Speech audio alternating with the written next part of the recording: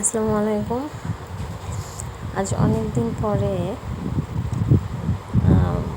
মিষ্টি কিছু খেতে ইচ্ছে করলো, তো ভাবলাম মিষ্টি জিনিস বলতেই তো অনেক কিছু হয়, সেমাই হয়, অনেক কিছু হয়।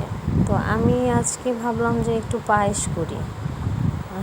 অনেক দিন হয় পায়েস খাওয়া হয় না বাড়িতে, তার জন্য আমি আগেই চুলাতে আপনার দুধটা বসায় দিছি, বসে চালটা ধুয়ে রাখছিলাম। যখন আপনার পায়েসের দুধটা ফুটে আসে তখন চালটা দিয়ে দিলাম, সাথে একটু লবণও দিয়ে দিচ্ছি। তো পায়েসটা খেতে সবারই ভালো লাগে। দেখেন পায়েসটা চালটা দেওয়ার পরে বলক আসতেছে।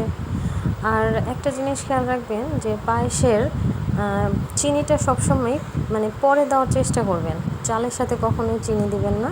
কারণ চালের সাথে চিনি দিলে হয় কি, চালটা আপনার ফুটতে দেরি হয়, ভালো হয় না। আর চিনিটা যদি আপনি পরে দেন তাহলে চালটা খুব সুন্দর হয়ে ফুটে যাবে। দেখেন আমার পায়েসটা প্রায় হয়ে আসছে, এখন আমি চিনি দিয়ে দিচ্ছি।